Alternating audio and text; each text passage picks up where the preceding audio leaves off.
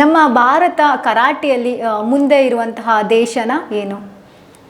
ಇವಾಗ ಭಾರತದಲ್ಲಿ ಕರಾಟೆಗೆ ತುಂಬ ಒಳ್ಳೆ ರೆಸ್ಪಾನ್ಸ್ ಸಿಗ್ತಾ ಇದೆ ಅಂತ ಹೇಳ್ಬೋದು. ಅಂದರೆ ನಮ್ಮ ಸ್ಟೇಟ್ ಅಸೋಸಿಯೇಷನ್ ಇರ್ಬೋದು, ಇಲ್ಲ ನ್ಯಾಷನಲ್ ಅಸೋಸಿಯೇಷನ್ ಇರ್ಬೋದು, ಇವಾಗ ತುಂಬ ಅವರು ಲೈಕ್ ಕ್ರಮ ತಗೊಂಡು ಅವರು ಎಲ್ಲ ಒಂದು ಪಾರ್ಟಿಸಿಪೆಂಟ್ಸ್ನ ಹುಡುಕಿ ಅವರು ಚಾಂಪಿಯನ್ಶಿಪ್ಸ್ನ ಆರ್ಗನೈಸ್ ಮಾಡಿ ಒಳ್ಳೊಳ್ಳೆ ಪ್ರತಿಭೆನ ಆಯ್ಕೆ ಮಾಡ್ತಾ ಇದ್ದಾರೆ. ಸೊ ಅವ್ರಿಗೆಲ್ಲ ಇವಾಗ ಮುಂದೆ ಕರಾಟೆ ನಮ್ಮ ಭಾರತದಲ್ಲಿ ತುಂಬ ಒಳ್ಳೆ ಹೆಸರು ತರುತ್ತೆ ಅಂತ ಹೇಳ್ಬೋದು ಮ್ಯಾಮ್.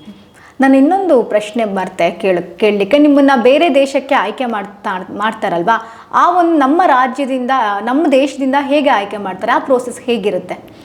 ಅಂದರೆ ಇಲ್ಲಿ ಫಸ್ಟು ಸ್ಟೇಟ್ ಚಾಂಪಿಯನ್ಶಿಪ್ಸ್ ಇರುತ್ತೆ. ಸೊ ನಮ್ಮ ಕ್ಯಾಟಗರಿಯಲ್ಲಿ ಗೋಲ್ಡ್ ಮೆಡಲ್ ಬಂದರೆ ಅವಾಗ ನಮಗೆ ನ್ಯಾಷನಲ್ಸ್ ಕ್ವಾಲಿಫೈ ಮಾಡ್ತಾರೆ. ನ್ಯಾಷನಲ್ಸಲ್ಲಿನೂ ಅಷ್ಟೇ, ನ್ಯಾಷನಲ್ಸಲ್ಲಿ ಗೋಲ್ಡ್, ಸಿಲ್ವರ್ ಇಲ್ಲ ಬ್ರಾನ್ಸ್ ಮೆಡಲಿಸ್ಟಿಗೆ ಒಂದು ಅವಕಾಶ ಇರುತ್ತೆ.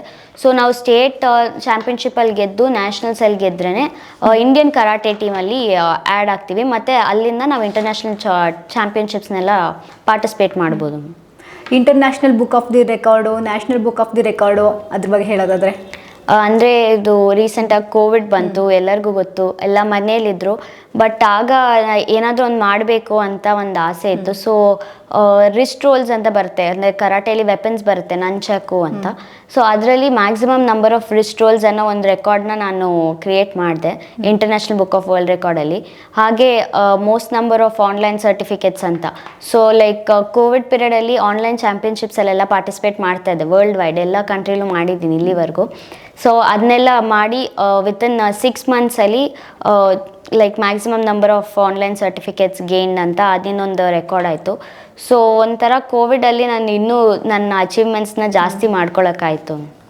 ಇವಾಗ ಚಿನ್ನದ ಪದಕ ಅಂತೆಲ್ಲ ಕೊಡ್ತಾರಲ್ವಾ, ಅದು ನಿಜವಾಗ್ಲೂ ಚಿನ್ನದ ಪದಕನ ಏನದು?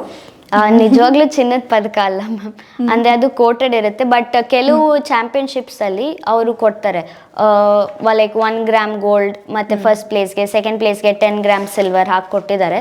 ಮತ್ತು ಇಲ್ಲಿವರೆಗೂ ನಾನು 20 ಗ್ರಾಮ್ ಸಿಲ್ವರ್ ಗೆದ್ದಿದ್ದೀನಿ. ಸೊ ಆ ಥರನೂ ನಿಜವಾಗ್ಲೂ ಕೊಡ್ತಾರೆ, ಬಟ್ ಅದು ತುಂಬ ರೇರ್ ಅಂತ ಹೇಳ್ಬೋದು. ಅದು ಬಿಟ್ಟರೆ ನಾವು ಬೇರೆ ನ್ಯಾಷನಲ್ಸ್, ಇಂಟರ್ನ್ಯಾಷನಲ್ ಎಲ್ಲ ಕೊಡೋದೆಲ್ಲ ಗೋಲ್ಡ್ ಪ್ಲೇಟೆಡ್ ಆಗಿರುತ್ತೆ ಅಷ್ಟೇ. ಅಂದರೆ ನಿಮಗೆ ಚಿನ್ನದ ಪದಕ ಅಂದರೆ 1 ಗ್ರಾಮ್ ಗೋಲ್ಡ್ ಆ ರೀತಿ ಸಿಕ್ಕಿದೆಯಾ? ಹಾಂ, ಸಿಲ್ವರ್ ಮೆಡಲ್ ಗೆದ್ದಿದ್ದೀನಿ ನಾನು. ಸಿಲ್ವರ್ ಸಿಕ್ಕಿದೆ, ಓಕೆ.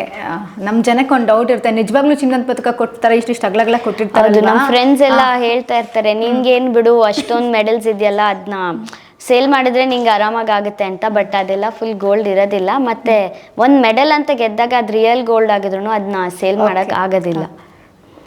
ಕೋವಿಡ್ ಟೈಮಲ್ಲೆಲ್ಲ ನಿಮ್ಮ ಪ್ರಾಕ್ಟೀಸ್ ಹೇಗಿರ್ತಿತ್ತು? ಕೋವಿಡ್ ಟೈಮಲ್ಲಿ ಯಾರೂ ಆಚೆ ಹೋಗೋವಾಗೆ ಇರಲಿಲ್ಲ. ಸೊ ನಾನು ಮನೆ ಟೆರೆಸಲ್ಲೇ ಪ್ರಾಕ್ಟೀಸ್ ಮಾಡ್ತಾ ಇದ್ದಿದ್ದು. ಮತ್ತು weekly 3 times online classes attend ಮಾಡ್ತಾ ಇದ್ದೆ.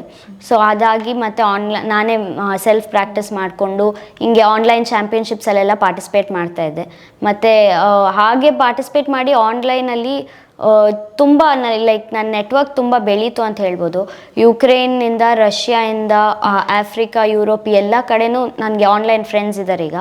ಸೊ ಎಲ್ಲ ಅವ್ರದ್ದೆಲ್ಲ ಚಾಂಪಿಯನ್ಶಿಪ್ಪಲ್ಲಿನೂ ಪಾರ್ಟಿಸಿಪೇಟ್ ಮಾಡಿ, ಮತ್ತು ಅವರು ಒಂದ್ಸಲ ಕೋವಿಡ್ ಕ್ಲಿಯರ್ ಆದಮೇಲೆ ಮೆಡಲ್ಸು, ಸರ್ಟಿಫಿಕೇಟ್ಸ್ ಎಲ್ಲ ಕೊರಿಯರ್ ಮಾಡಿದರು. ನೆಕ್ಸ್ಟು ಏನು, ಯಾವ ಕಾಂಪಿಟೇಷನ್ಗೆ ಪ್ರಿಪೇರ್ ಆಗ್ತಾ ಇದ್ದೀರಾ? ಇವಾಗ ನೆಕ್ಸ್ಟ್ ನಂದು ಯೂನಿವರ್ಸಿಟಿ ಗೇಮ್ಸ್ ಬರ್ತಾ ಇದೆ, ಅದಕ್ಕೆ ಪ್ರಿಪೇರ್ ಆಗ್ತಾ ಇದ್ದೀನಿ. ಹಾಗೆ ಅದಾದಮೇಲೆ ನೆಕ್ಸ್ಟ್ ಕಿಯೋ ನ್ಯಾಷನಲ್ಸ್ ಬರುತ್ತೆ, ಡೆಲ್ಲಿಯಲ್ಲಿ ಆಗುತ್ತೆ ಅದಕ್ಕೂ ಪ್ರಿಪೇರ್ ಆಗ್ತಾ ಇದ್ದೀನಿ. ರೀಸೆಂಟಾಗೆ ಇಂಟರ್ಝೋನಲ್ಸ್ ಮುಗಿಸ್ಕೊಂಡು ಬಂದೆ, ಲಾಸ್ಟ್ ವೀಕ್ ಜಸ್ಟ್ ರಿಟರ್ನ್ ಆದೆ. ಸೊ ನೆಕ್ಸ್ಟ್ ನನ್ನ ಯೂನಿವರ್ಸಿಟಿ ಗೇಮ್ಸಿಗೆ ಇವಾಗ ಕರೆಂಟ್ಲಿ ಪ್ರಿಪೇರ್ ಆಗ್ತಾ ಇದ್ದೀನಿ. ಕೊನೆಯದಾಗಿ ನಿಮ್ಮ ಕಡೆಯಿಂದ ಸರ್ಕಾರಕ್ಕೆ ಏನಾದರೂ ಹೇಳೋದಿದ್ರೆ, ಒಂದು ಸಪೋರ್ಟ್ ಆಗಿರ್ಬೋದು, ನಮಗೆ ಈ ರೀತಿ ಏನಾದರೂ ಬೇಕು ಅಂತ ಹೇಳೋದಿದ್ರೆ?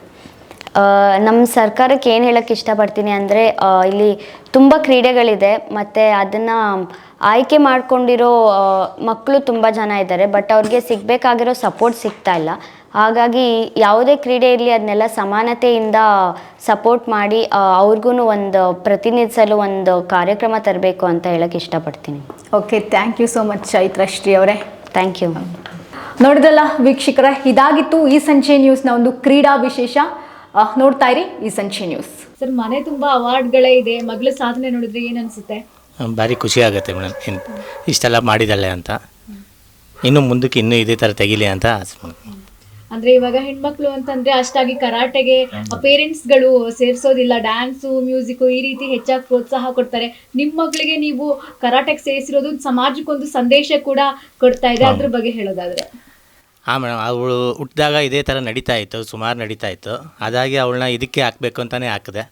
ಬಟ್ ಅದರಲ್ಲೇ ಬೆಳೀತಾ ಇದ್ದಾಳೆ, ಇನ್ನೂ ಚೆನ್ನಾಗಿ ಬೆಳೀಲಿ ಅಂತ ಆಸೆ ಪಡ್ತಾ ಇದ್ದೀನಿ. ನಿಮ್ಮ ಸಪೋರ್ಟ್ ಹೇಗಿದೆ ಸರ್ ಚೈತ್ರ ಅವ್ರಿಗೆ? ಚೆನ್ನಾಗಿದೆ ಮೇಡಮ್. ಮನೇಲೆಲ್ಲ ಏನಂತಾರೆ? ಎಲ್ಲ ಖುಷಿ ಪಡ್ತಾರೆ ಮೇಡಮ್, ಎಲ್ಲ ಖುಷಿ ಪಡ್ತಾರೆ. ಅವ್ರು ಎಲ್ಲೋದ್ರೂ ಎಲ್ಲರೂ ಸಂತೋಷವಾಗಿ ಕಳಿಸ್ಕೊಡ್ತಾರೆ.